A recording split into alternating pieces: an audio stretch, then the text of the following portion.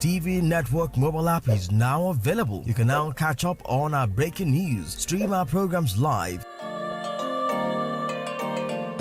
watch out for the latest update on sports and politics as they unfold. You can also get notifications for our upcoming programs and events. All these on our TOS TV network mobile app, available on Apple Store and Google Play Store. TOS TV News from Africa by Africans. Being a journalist means in-depth analysis that unravels hidden truths, that question the status quo and fact-checks government. These criminal elements hiding under the cloak of surveillance contractors are the APC elements. Do you have facts to prove that? Being a journalist means waking up every day with a burning desire for peace, equity, and justice for all citizens.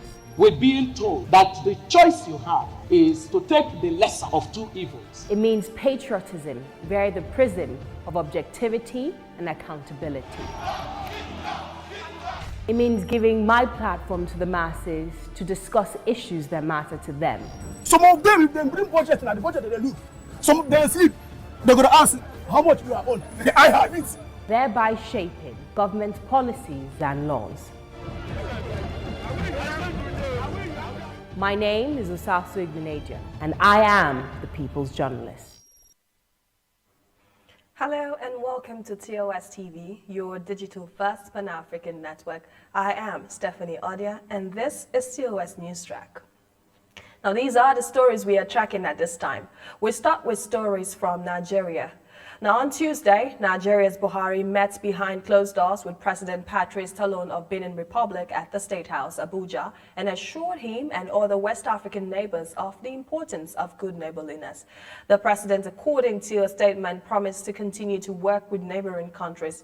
The statement said that Mr. Talon, who last met with the Nigerian leader in June 2019, was in the villa to thank Mr. Buhari for ordering the reopening of Nigerian borders in December 2020.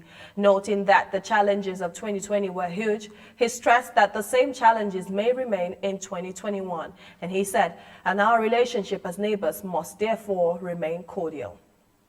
Now, Mr. Buhari had in August 2019 ordered closure of Nigeria's land borders to check smuggling of rice and other foodstuffs, as well as small arms and light weapons. The president and the visiting Beninese leader are said to have also discussed security and bilateral matters, as well as other sub-regional issues. Moving on, the Independent National Electoral Commission (INEC) has fixed November 6, 2021 as the date for the conduct of the Anambra State governorship election. Festus Okoye, INEC National Commissioner and Chairman, Information and Voter Education, announced this at the end of the Commission's meeting in Abuja. Okoye, in a statement, announced that the conduct of party primaries and resolution of disputes arising from the primaries will take place on 10th June to 1st July 2021.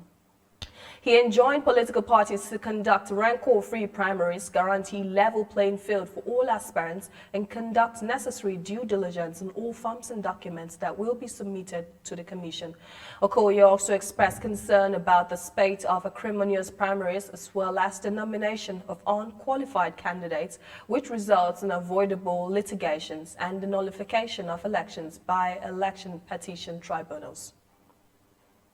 The Commission enjoins all the registered political parties to pay close attention to the timelines and schedule of activities outlined in the timetable and schedule of activities as they are constitutionally and statutory provisions.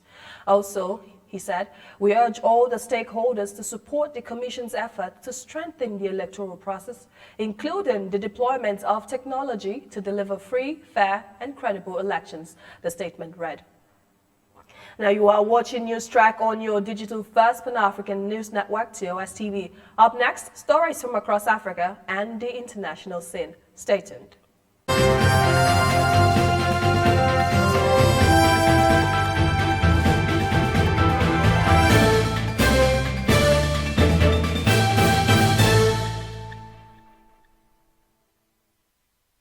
Welcome back. The Central African Republic President Faustin Archange Touadera officially began a second term in office on Tuesday, January 19th, but it is one that is already mired in huge controversy and conflict. President Faustin Archange Touadera's election victory, which was confirmed on Monday, January 18th, by the country's constitutional court, has been rejected once again by the opposition. The parties known as the Coalition of the Democratic Opposition, COD 2020, reaffirmed the opposition on Tuesday, saying in a statement that read, and I quote, "We do not recognize the re-election of Touadera, declared winner with only 70% of the electorate." The legitimacy of the re-elected president is questioned by the low turnout, just over 35% according to the Constitutional Court's figures. Opposition candidates have filed several appeals with the Constitutional Court to challenge the results, and the court did cancel or correct the results of some polling stations for irregularities, but ruled on Monday that given the magnitude of the discrepancy of votes, their impact could not reverse the results. An agreement that provides for coordination in monitoring merchant ships suspected of violating arms embargo against Libya by sharing satellite images and exchanging information was signed on Monday. And the working arrangement was signed during a virtual ceremony by Frontex Executive Director Fabrice Leggeri and Rear Admiral Fabio Agostini, the commander of Operation IRINI. At the center of the agreement are exchanges of intelligence and expertise, particularly in the coordinated use of satellite images, analysis, mobilization of specialists, and tactical coordination. This cooperation is an important tool, especially for the exchange of information on merchant vessels suspected of violating the arms embargo against Libya, said IRINI statement. The Frontex agency specifies that it will share with IRINI information collected in the framework of its risk analysis activities, such as the surveillance of vessels on the high seas and data from its aerial surveillance in the central Mediterranean. Operation IRINI, launched in April, has a mandate from the UN Security Council. Its area of operation in the Eastern Mediterranean has been moved away from the routes used by migrants smugglers in Libya, and its mission has been limited to monitoring arms and oil embargoes. Libya has been plunged into chaos since the fall of Muammar Gaddafi's regime in 2011.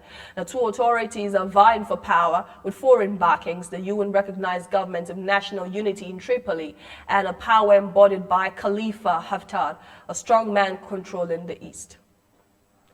And on the international scene, China has deployed 16 professional rescue teams and dozens of medical personnel to try to save 12 miners trapped underground for 10 days after an explosion in a gold mine in northern China's Shandong province. A total of 22 miners were left trapped after an explosion on January 10th at the Hoshan gold mine on the outskirts of the city of Yantai on China's eastern coast. And at least 12 were found to be still alive after a note was retrieved a week later expressing hope that the rescue work would continue. Rescuers are said to have found 11 of the survivors on Tuesday and spoke to them via a waterproof telephone delivered underground. Now, Song Xingsheng, the medical rescue team leader, told reporters that more than 80 medical personnel were on standby, including nutritionists, neurosurgeons, trauma specialists, and psychologists. Newly drilled channels have enabled the teams to deliver food, medicine, and blankets, improve ventilation, and drain away water before they begin the extraction effort. 8 of the 11 miners reached on Tuesday were in good health, 2 were unwell, and 1 was in a coma after being struck in the head during the explosion. The 12th surviving miner is in another section and is believed to be injured, though the situation remains unclear. You are watching your digital first Pan-African news network, TOS TV. Still ahead, business and sports. Stay tuned.